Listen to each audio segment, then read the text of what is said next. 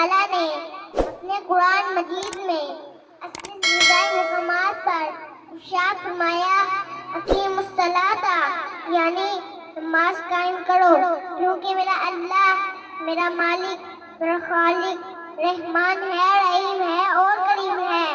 حاضرین محفل، اللہ تعالیٰ نے اپنے بندوں کو بار بار ایک ہی بات کہی، اے بندے کہیں فریضے سے غافل نہ ہو جانا، کیونکہ نماز اور رائے مطلوب ہے۔ نماز کے بغیر قائد کی تو ایمان کا تصور ہے، نماز کے بغیر نہ ایمان کو ملا نہ اسلام۔ اللہ کی رضا کا سبب نماز، ایمان کا جز نماز، بدن کی ڈاکٹر نماز۔ نماز دین کا ستون ہے، ہمارے چہرے کا نور ہے، بے شک نمازی قبر میں چراغ ہے، منکر نکیر کے سوالات کا جواب ہے، سجدہ عشق کو تو عبادت کا مزہ آتا ہے، خالص ان میں تو دنیا ہی پسا کرتی ہے، ما لا الہ الا اللہ۔